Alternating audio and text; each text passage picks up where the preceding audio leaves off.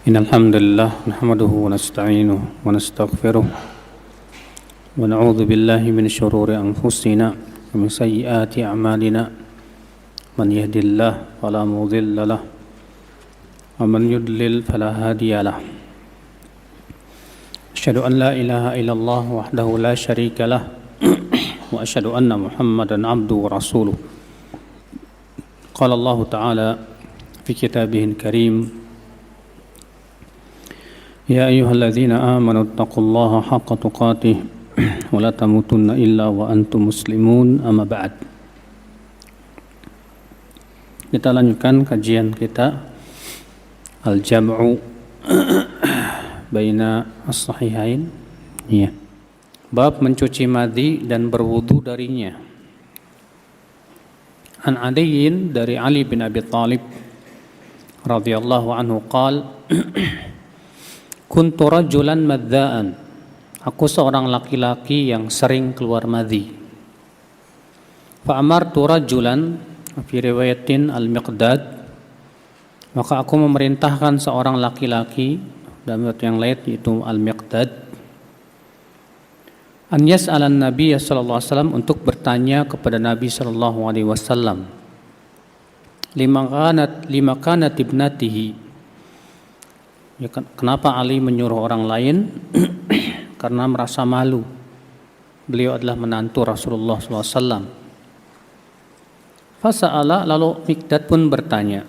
Faqala tawaddo waqsil dzakarak, berwudulah dan cucilah kemaluanmu. Di sini menunjukkan, akhi azani Allah wa yakum,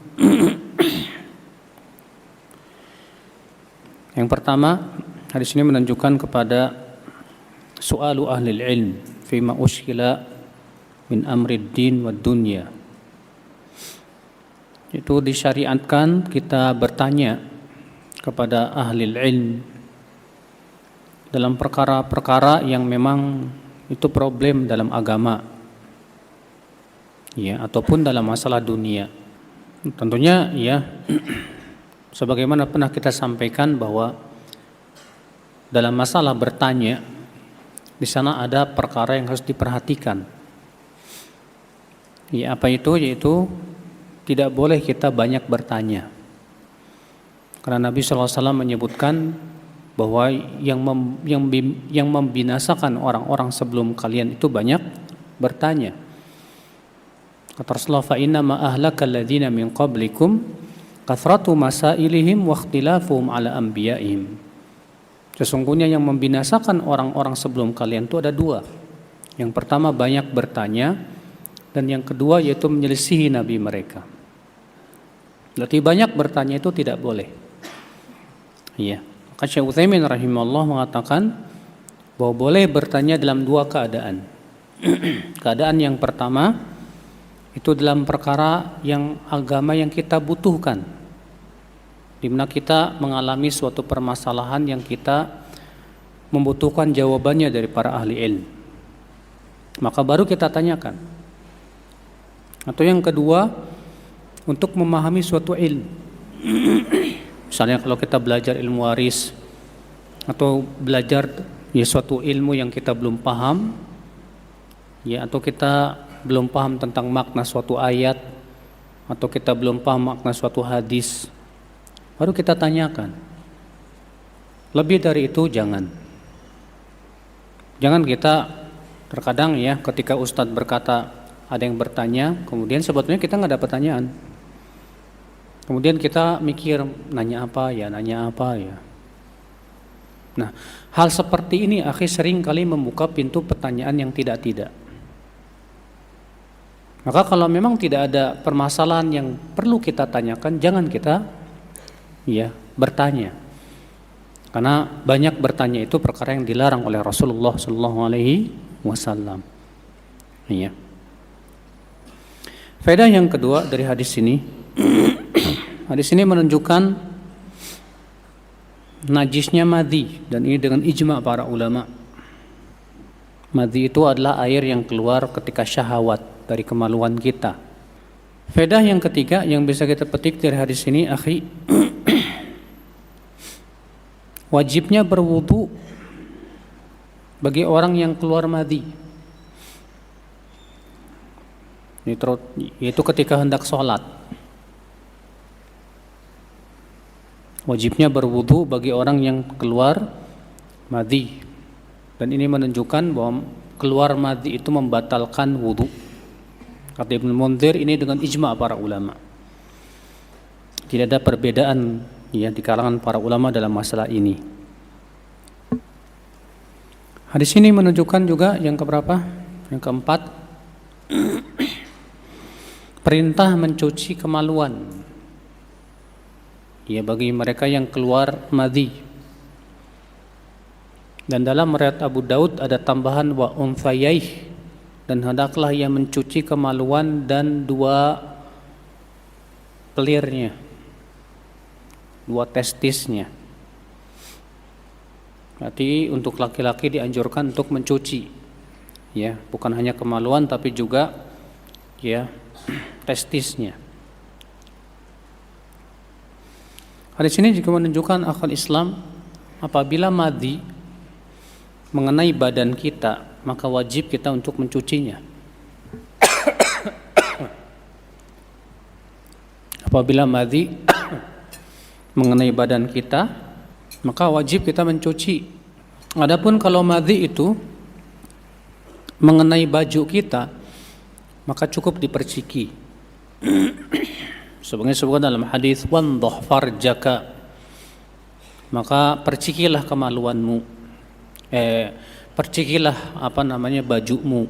Dalam satu riwayat yang lain, ambillah satu genggam air, kemudian percikilah bagian yang kamu yakin terkena air madhi. Arti itu menunjukkan bahwa air madhi ini najis, akan tetapi najisnya itu tidak berat. Kenapa? Karena Nabi SAW menyamakan najisnya madhi itu dengan air kencing bayi laki-laki yang belum makan. Di mana air kencing bayi laki-laki, ya, Nabi SAW perintahkan untuk apa? Memercikinya. Bab naumul jalis la yanqudul wudu. Bab tidurnya orang yang duduk tidak membatalkan wudu. Hadis 107. An Anas radhiyallahu an qala, dari Anas semoga Allah meridhoinya, ia berkata, uqimatis shalah wa rajulun yunaji Rasulullah sallallahu alaihi wasallam fama zala yunaji hatta nama ashabuh thumma qama fa shalla. Didirikan salat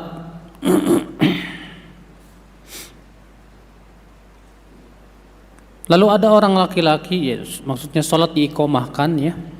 Lalu ada laki-laki yang berbicara dengan Rasulullah SAW karena ada kebutuhan. Dan terus ia berbicara dengan Rasulullah SAW sampai-sampai para sahabat tidur.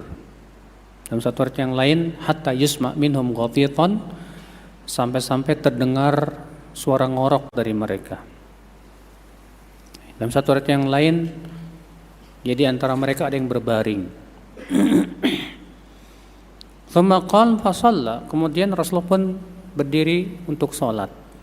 Dalam riwayat Muslim, maka mereka para sahabat pun sholat tanpa berwudu lagi. Hadis ini akhir dijadikan dalil bahwa tidur orang yang duduk katanya tidak membatalkan wudu. Namun pendalilan daripada hadis tersebut cacat. Kenapa? Karena dalam riwayat yang disebutkan bahwa sebagian sahabat tidurnya berbaring, tidak dalam keadaan duduk. Lalu mereka bangkit sholat tanpa berwudu lagi. Maka dari itu terjadi ikhtilaf para ulama tentang masalah apakah tidur itu membatalkan wudu atau tidak. Menjadi beberapa pendapat. Sebagian ulama mengatakan, ya, bahwasannya tidur orang yang tidur itu membatalkan wudu secara mutlak. Ini berdasarkan hadis Nabi Shallallahu Alaihi Wasallam. Ya, al-ainani wika'us sah. Mata itu adalah pengikat dubur. Wa idza namatil ainan istatlaqal wika. Apabila mata itu tidur, maka penutupnya terbuka. Jadi pengikatnya itu terbuka. Sehingga dijadikan dalil oleh mereka ya bahwa yang namanya tidur itu membatalkan secara mutlak. Mau banyak, mau sedikit, pokoknya tidur itu membatalkan. Ya. Sebagian ulama lagi mengatakan kebalikan. Ya. Tidur itu tidak membatalkan wudu. Tidur tidak membatalkan apa? Wudu. Mereka berdalil dengan perbuatan para sahabat itu, di mana para sahabat menunggu sholat isya, ya. Kemudian sampai di antara mereka ada yang berbaring, ada yang tidur sampai ngorok. Kemudian mereka pun segera bangkit sholat tanpa berwudu lagi. Sehingga atas dasar ini kata mereka hadis tersebut ya menunjukkan bahwa tidur tidak membatalkan apa? Wudu. Dan ini pendapat Abu Musa al-Ash'ari. Demikian pula Sa'id bin Musayyib. Adapun yang pertama ya itu pendapat Ishaq bin Rahuyah Al-Muzani, Al-Hasan Al-Basri dan Ibn Al-Mundhir. Sementara pendapat yang ketiga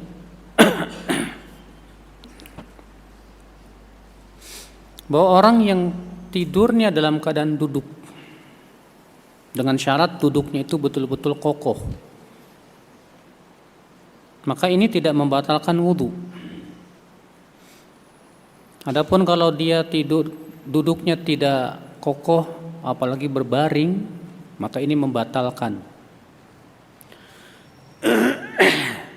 Ini madhab Hanafiyah dan Syafi'iyah. Ada sebuah kisah yang dikisahkan oleh Ibnu Aqil, di mana beliau berkata, tadinya aku berpendapat orang yang tidur dalam keadaan duduk itu tidak batal. Sampai suatu ketika aku sedang di Jumatan mendengarkan khutbah imam dan di sampingku sedang duduk mendengarkan. Lalu ia tidur, lalu keluarlah suara kentut dari dia. Dari situ aku langsung merubah pendapatku. Ternyata orang yang duduk pun masih bisa apa? Kentut. Iya. Pendapat yang keempat, anna an-naum naqidun lil wudu illa an-naumul yasir. Mereka membedakan antara tidur yang berat dengan tidur yang ringan. Adapun tidur yang berat kata mereka, maka ini membatalkan wudu. Adapun tidur yang ringan kata mereka, maka ini tidak membatalkan wudu. Apa batasannya antara tidur yang berat dengan tidur yang ringan? Iya. Tidur yang berat itu bihaitsu la yash'ur fihi al-insan bil hadath. Itu seseorang tidak merasakan hadas yang keluar dari pantatnya. Tidak merasakan kentut. Artinya sudah berat tidurnya itu. Sudah hilang aja. Sedangkan tidur yang ringan itu artinya dia masih merasakan. Terkadang ada orang tidur tapi dia masih sayup-sayup mendengar perkataan orang, masih merasakan kalau ada kentut keluar dan yang lain. Maka ini tidur yang ringan. Nah, mereka menggabungkan dua dalil tadi. Hadis yang menyebutkan tentang batalnya wudu karena tidur itu maksudnya tidur yang berat. Dan hadis yang menyebutkan bahwa para sahabat mereka menunggu Rasulullah SAW sampai mereka tertidur. Itu dibawa kepada makna tidur yang ringan. Maksudnya tidur yang ringan di sini masih merasakan. Ya. Dan ini pendapat yang dipilih oleh Syekhul Islam Taimiyah rahimahullah. Juga pendapat ini yang dipegang oleh Syekh bin Baz, Syekh Utsaimin rahimahullah. Demikian pula Lajnah Daimah. Adapun Syekh Albani pendapatnya yang pertama, bahwa tidur itu membatalkan secara mutlak. Dan beliau berpendapat bahwa perbuatan sahabat yang mereka tidur ini sebetulnya masih dalam kategori ngantuk berat. Tidak bisa disebut apa? Tidur, kata beliau. Ya, karena orang yang ngantuk berat pun masih bisa ngorok, Pak. Saya pernah diceritakan sama Abu Muhammad, dia punya supir, lagi nyupir itu, Pak, ngantuk ngorok. Berarti orang ngantuk bisa ngorok. Iya. Berarti itu menunjukkan bahwa dia masih dalam kategori permulaan tidur lah. Dia belum tidur tapi ngantuk yang sangat berat. Cuma sebetulnya ya kalau kita perhatikan pendapat yang keempat ini hampir tidak berbeda. Kenapa? Mereka menyebutnya tidur yang ringan. Iya. Sementara mereka yang pendapat yang pertama mengatakan itu ngantuk yang berat. Ya mirip-mirip lah. Ya. Allahu a'lam. Taib akhal Islam azani Allah wa yakum, kita lanjutkan. Bab man lam yatawadda mimma massatin nar.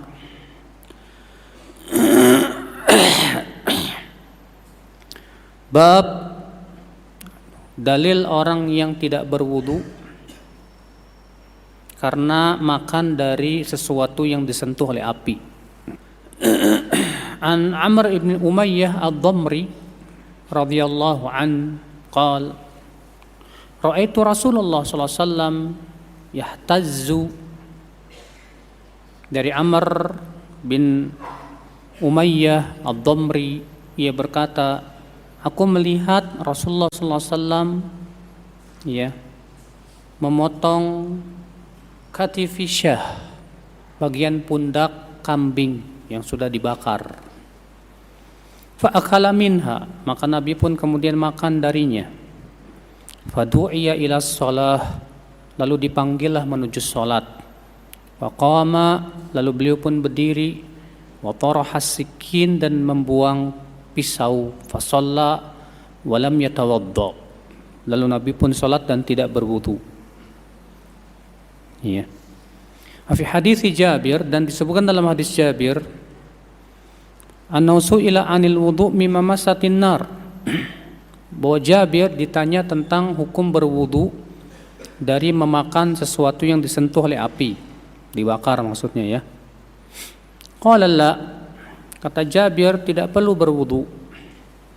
Qad kunna zamanan Nabi sallallahu alaihi wasallam la najidu mithla dzalika minat ta'am illa qalilan. Kami dahulu di zaman Nabi sallallahu alaihi wasallam tidak mendapatkan seperti itu dari makanan kecuali sedikit saja. Artinya di zaman Nabi rata-rata dibakar ya makanan itu. Fa idza nahnu wajadnahu lam yakun lana manadil. Dan kami kalau mendapatkannya juga kami tidak mendapatkan tisu, selampe. Ila akufana, kecuali telapak tangan. Maksudnya para sahabat kalau habis makan tuh dicucinya bukan di selampe, karena nggak ada selampe, makanya cucinya di sini, Pak. Paham nggak? Iya, begitu. Wasawaidana, demikian pula lengan kami di sini. Ya, karena tidak ada selampe atau tisu. Wa aqdamana, dan kaki-kaki kami, kakinya juga jadi buat meper, istilah kata orang Sunda ya. Dipeperkan ya, diginiin. Tsumma shalla wa la natawadda. Kemudian beliau pun sholat dan waktu itu kami tidak berwudu lagi. Artinya dari makan sesuatu yang dibakar oleh api. Taib ya akhal Islam azani Allah wa yakum, terjadi ikhtilaf para ulama tentang hukum ya memakan sesuatu yang disentuh oleh api. Ikan bakar, daging bakar, kayu bakar kalau dimakan. Nasi bakar ya dan yang lainnya. Sebagian ulama berpendapat akhal Islam azani Allah wa yakum bahwa memakan sesuatu yang dibakar oleh api itu wajib berwudu. Wajib berwudu. Kenapa? Berdasarkan hadis Nabi sallallahu alaihi wasallam di mana Nabi bersabda, "Tawaddau mimma massatin nar." Berwudulah kalian dari setiap yang disentuh oleh api. Dan ini pendapat Ibnu Umar, Aisyah, Abu Hurairah, Anas bin Malik, Abu Talhah, Zaid bin Thabit dan yang lainnya. Dan ini yang dipilih oleh Imam Az-Zuhri. Ya. Pendapat yang kedua, tidak wajib berwudu. Dan ini pendapat Khulafaur Rasyidin, Abu Bakar, Umar, Utsman dan Ali.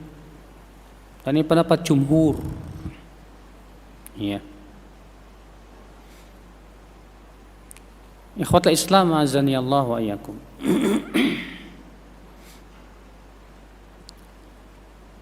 Nah, yang jadi permasalahan adalah apakah berwudu dari sesuatu yang dibakar oleh api itu hukumnya sudah mansukh, sudah dihapus atau belum?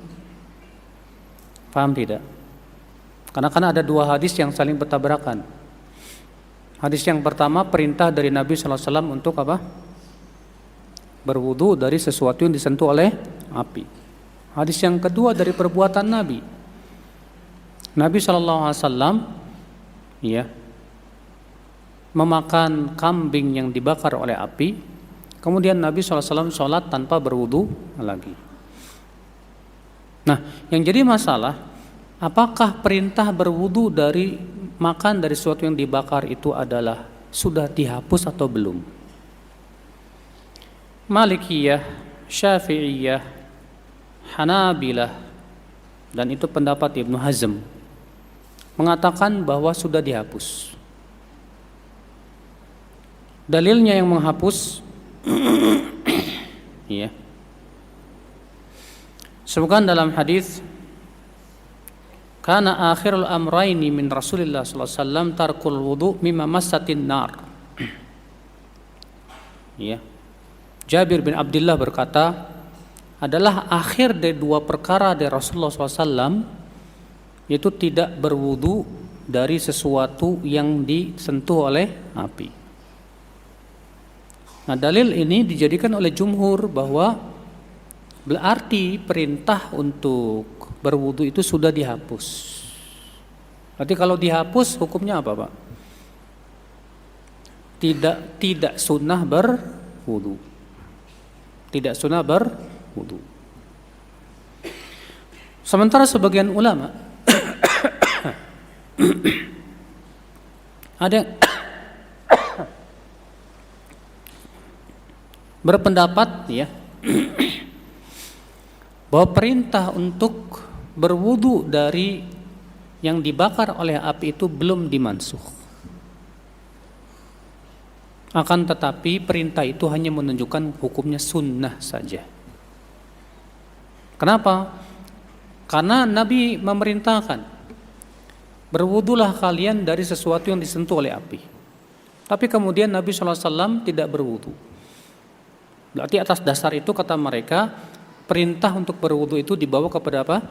Sunnah, sebagaimana disebutkan dalam kaidah usul fikih, bahwa pada asalnya perintah itu menunjukkan kepada apa? Wajib.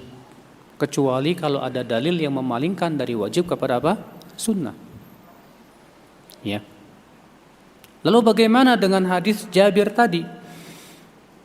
Bahwa adalah ya akhir dari dua perkara Rasulullah SAW beliau tidak berwudu.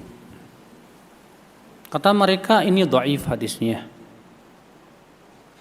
Oleh karena itulah banyak para ulama hadis seperti Abu Daud, ya As-Sijistani, Ibnu Hibban, Ibnu Taimiyah, Ibnu Qayyim menyatakan bahwa telah terjadi kesalahan pada perawi hadis tersebut. Ya. Sehingga mereka mengatakan karena ini kesalahan perawi sehingga tidak bisa dijadikan hujah bahwasanya itu sudah dimansuh. Ya. Allahu alam, saya condong kepada pendapat Ibnu Taimiyah ini ya bahwasanya disunnahkan untuk berwudu. Ya. Tapi kalau tidak berwudu tidak apa-apa. Enggak masalah. Allahu alam. Kita lanjutkan.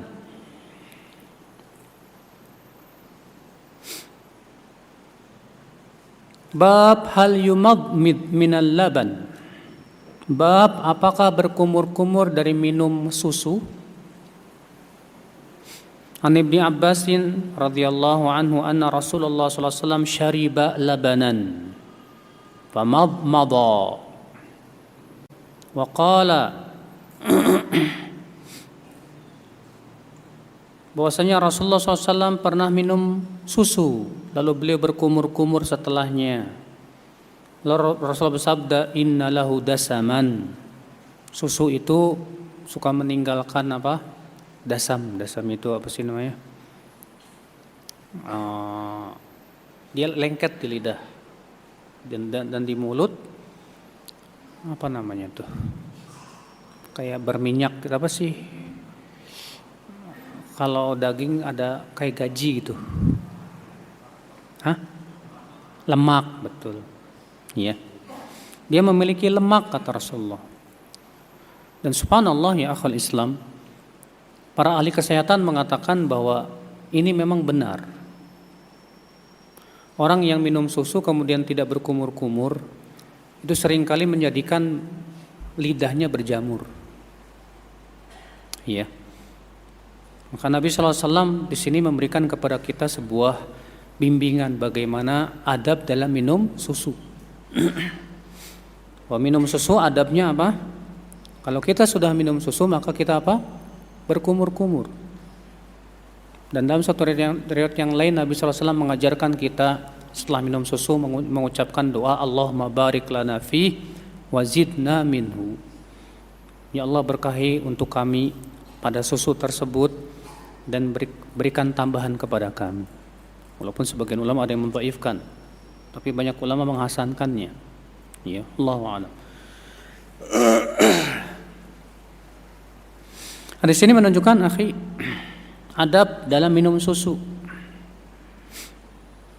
Bahwa orang yang minum susu hendaknya ya setelahnya berkumur-kumur. Dan hadis ini menunjukkan bahwa Nabi sallallahu alaihi wasallam sering minum susu. Dan dalam riwayat yang lain disebutkan bahwa tidak ada yang bisa menggantikan makanan dari susu. Karena memang susu itu nutrisinya luar biasa ya. Tapi tentunya susu yang asli. Ya. Dan Nabi sallallahu alaihi wasallam menganjurkan kita minum susu sapi. Rasulullah SAW, alaikum bi albanil baqar. Hendaklah kalian minum susu sapi. Kenapa? Karena sesungguhnya fa innaha tarummu min kulli syajar. Karena sapi itu makan dari semua jenis pohon. Iya. Maka dari itu orang yang mengatakan enggak boleh minum susu sapi, ini bagaimana dengan hadis Nabi sallallahu alaihi wasallam? Iya. Perintah untuk minum susu sapi. Taib. Dan disebutkan dalam satu riwayat yang lain bahwa Nabi SAW kalau minum susu itu biasanya beliau campur dengan air. Kata Ibnu Hajar Al-Asqalani menyebutkan tentang hikmahnya, karena susu itu sifatnya panas. Sementara di Madinah pada waktu itu sedang musim panas. Sehingga kalau panas ketemu panas berbahaya untuk badan kita. Maka beliau ya campurkan susu dengan apa? air untuk menetralkan, ya. Sebagaimana Nabi SAW kalau makan kurma, biasanya beliau makan dengan apa? Semangka atau mentimun, ya, untuk apa? Menetralkan, ya. Allahu a'lam.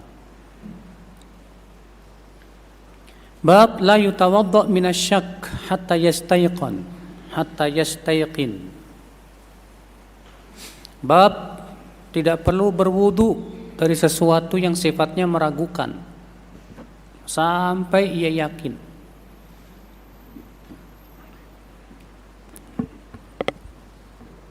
Wa an Abdullah bin Zaid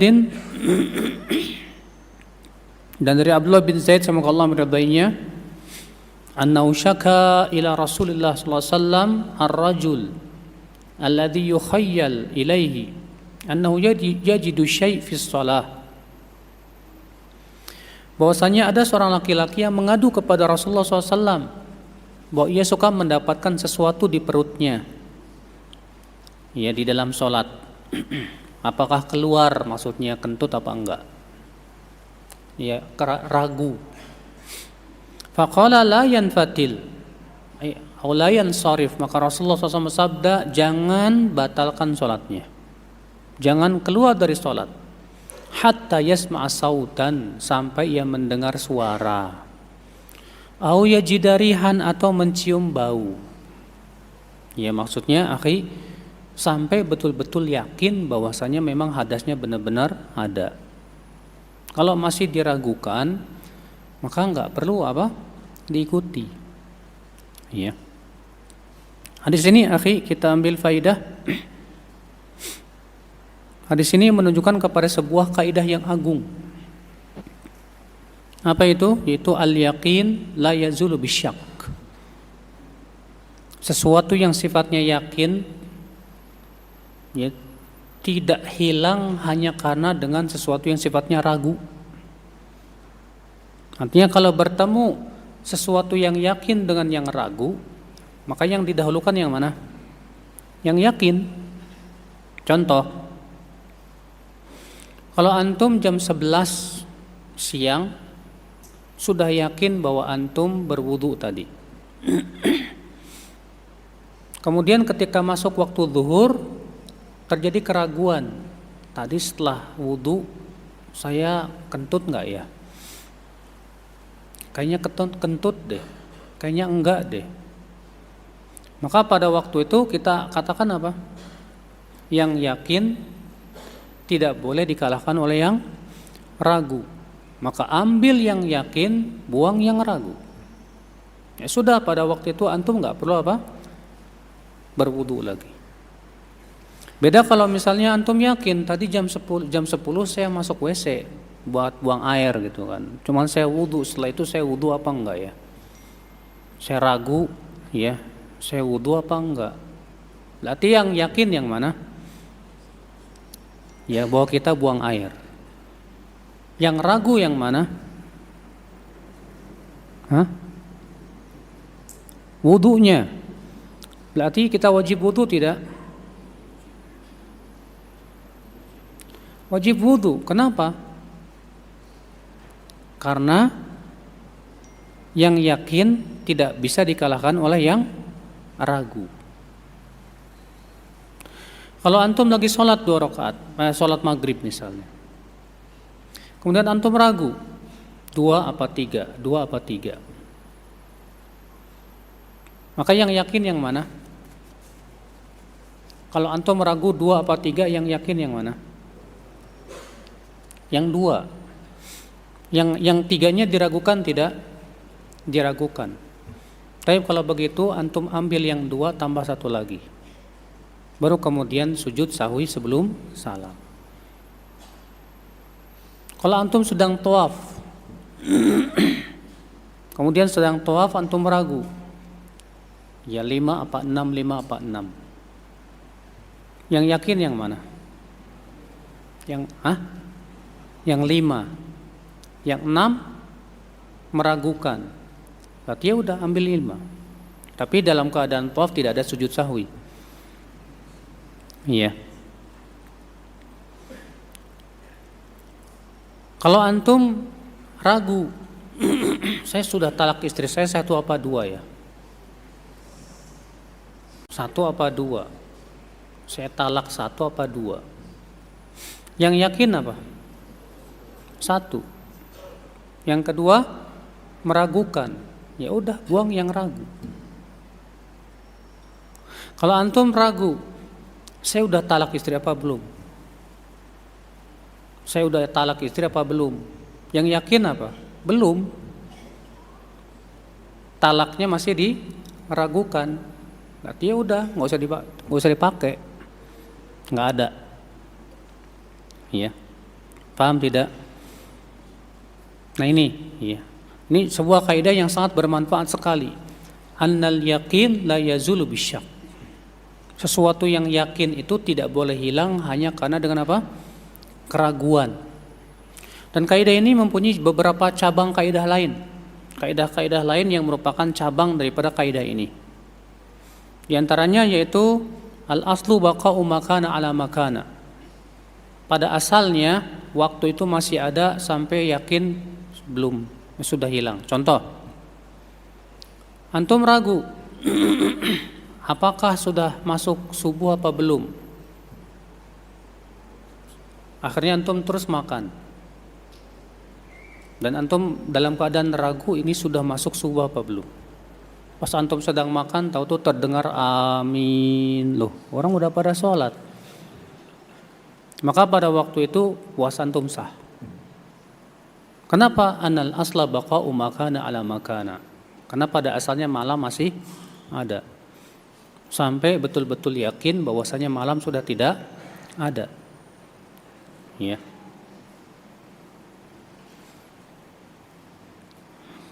Kaidah selanjutnya juga yang merupakan cabang dari kaidah yang tadi, al-aslu idhafatul hadits ila aqrabi awqatihi. Pada asalnya, ya, kejadian itu hendaknya dinisbatkan kepada waktu yang paling dekat. Ya, contoh misalnya, antum melihat di celana dalam antum air mani, tapi antum nggak ingat saya mimpi apa enggak, ya. Maka pada waktu itu kewajiban dia adalah mengulangi sholat 5 waktu dari akhir tidur tadi. Kamu tadi akhir tidurnya terakhir kapan? Ya. Kalau misalnya antum tidurnya jam 11 tidur. Jam 11 apa? Siang. Qailulah. Kemudian baru ketahuan di celana ada mani pas mau sholat atau setelah selesai sholat duhur. Maka pada waktu itu yang wajib diulangi apa? Sholat duhurnya aja. Ya.